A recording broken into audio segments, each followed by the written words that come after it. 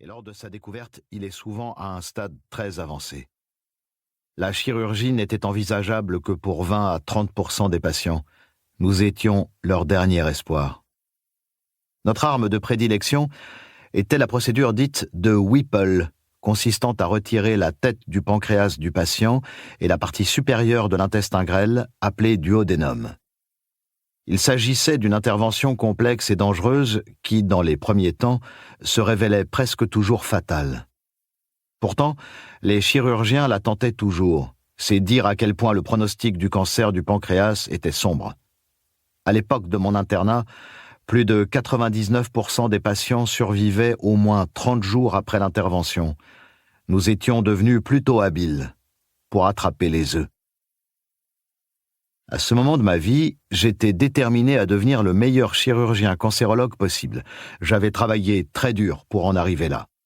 La plupart de mes professeurs de lycée, et même mes parents, ne s'attendaient pas à ce que j'aille à l'université et encore moins à ce que je sois diplômé de la faculté de médecine de Stanford.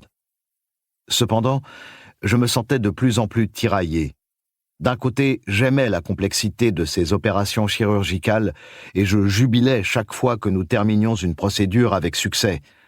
Nous avions enlevé la tumeur, nous avions attrapé l'œuf.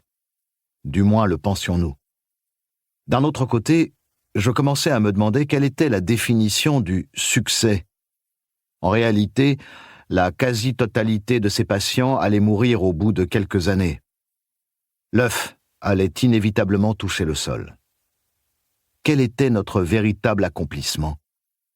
Lorsque je reconnus enfin la futilité de cette démarche, je me sentis tellement frustré que j'abandonnai la médecine pour une carrière totalement différente. C'est alors qu'une succession d'événements finit par changer radicalement ma vision de la santé et de la maladie. Je retournai dans le corps médical avec une nouvelle approche et de nouveaux espoirs. La raison de cette décision était liée à mon rêve des œufs qui tombent. Pour résumer, j'avais fini par comprendre que, pour résoudre le problème, il ne suffisait pas d'améliorer notre capacité à attraper les œufs. Nous devions plutôt tenter d'arrêter le gars qui les lançait. Nous devions trouver un moyen d'atteindre le haut de l'immeuble et de trouver le type pour le mettre hors d'état de nuire. J'aurais été ravi de faire ce travail dans la vraie vie. En tant que jeune boxeur, j'avais un crochet du gauche plutôt efficace. La médecine est évidemment un peu plus complexe. En fin de compte, je me suis aperçu que nous devions aborder la situation, les œufs qui tombent, d'une manière totalement différente, avec un état d'esprit différent et à l'aide d'outils différents. Tel est, en quelques lignes, l'objet de ce livre.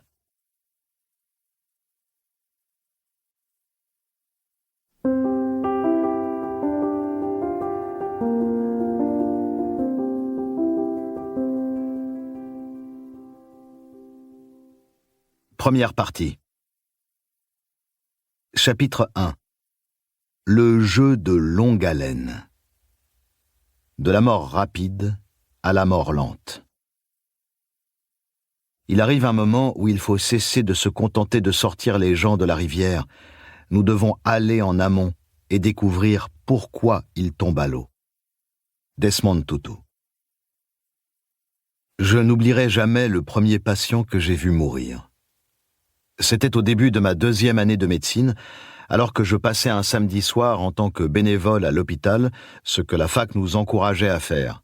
Toutefois, nous étions censés nous contenter d'observer, car à ce stade, nous en savions juste assez pour être dangereux.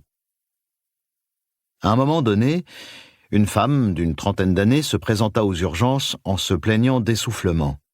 Elle venait des quartiers est de Palo Alto, une enclave pauvre, dans cette ville très riche.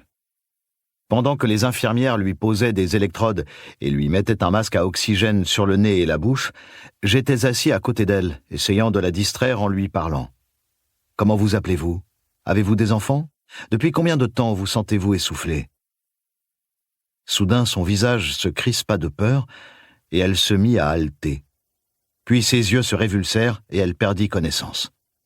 En quelques secondes, les infirmières et les médecins affluèrent dans la salle des urgences et commencèrent à exécuter un code en l'intubant et en lui injectant des médicaments puissants dans un ultime effort de réanimation. Pour continuer à écouter ce livre audio gratuitement, cliquez sur le lien dans la description et vous pourrez l'écouter en entier sans frais grâce à l'essai de 30 jours d'Audible.